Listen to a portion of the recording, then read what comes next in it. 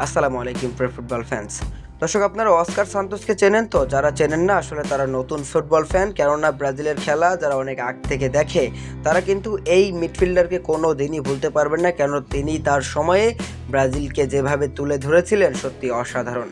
এই Oscar Santos এবং Neymar junior যখন ব্রাজিল টিমে নতুন করে আসলো, রোনালদিনহোরা যাওয়ার পর, কাকারা যাওয়ার পর, তারপরে এই দুজনের হাত ধরে কিন্তু ব্রাজিল অনেক লম্বা দূর যেতে পারতো, কিন্তু অস্কার সান্তোস তিনি যেন হারিয়ে গেলেন।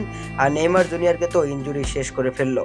তবে এই অস্কার সান্তোস কিন্তু নিজের ভুলটা নিজেই করেছেন, তার ইনজুরির কোনো সমস্যা ছিল না, তিনি একজন ফুল ফিটনেস একজন ফুটবলার। তিনি তারপরেও কিন্তু নিজের কেরিয়ারের ভুল সিদ্ধান্তের কারণে তিনি কিন্তু বর্তমানে ব্রাজিল জাতীয় দলের রাডারের বাইরে বেশ কয়েকটা বছর ধরে। তবে তিনি কিন্তু চায়নাতে সাংহাই পোর্টের হয়ে অনেক দিন ধরে খেলছেন এবং তার এই ক্লাবটার সঙ্গে সম্পর্কের ইতি টানতে যাচ্ছেন ব্রাজিলের এই অ্যাসিস্ট কিংকে। মূলত আগামী 3 ডিসেম্বর সাংহাই পোর্টের হয়ে সর্বশেষ ম্যাচটি খেলবেন ব্রাজিলিয়ান অস্কার। আর অস্কারের সম্ভাব্য গন্তব্য কোথায় হবে এখনও কিন্তু সেটা নির্ধারণ হয়নি।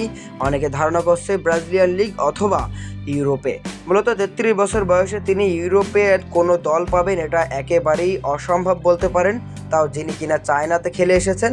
তবে ব্রাজিলিয়ান লিগে তিনি যদি দল পান, তবে অবশ্যই সেখানে তিনি যদি ভালো পারফরমেন্স করতে পারে, তাহলে কিন্তু ব্রাজিল জাতীয় দলেও আরও একবার দেখা যাবে অস্কারকে। তো দর্শক, আপনার কি মনে হয়, অস্কার সান্তোস কি ব্রাজিলিয়ান লিগে এসে ভালো পারফরমেন্স করে আরও একবার ব্রাজিলের ওই হলুদ জার্সিটা গায়ে জড়াতে পারবে?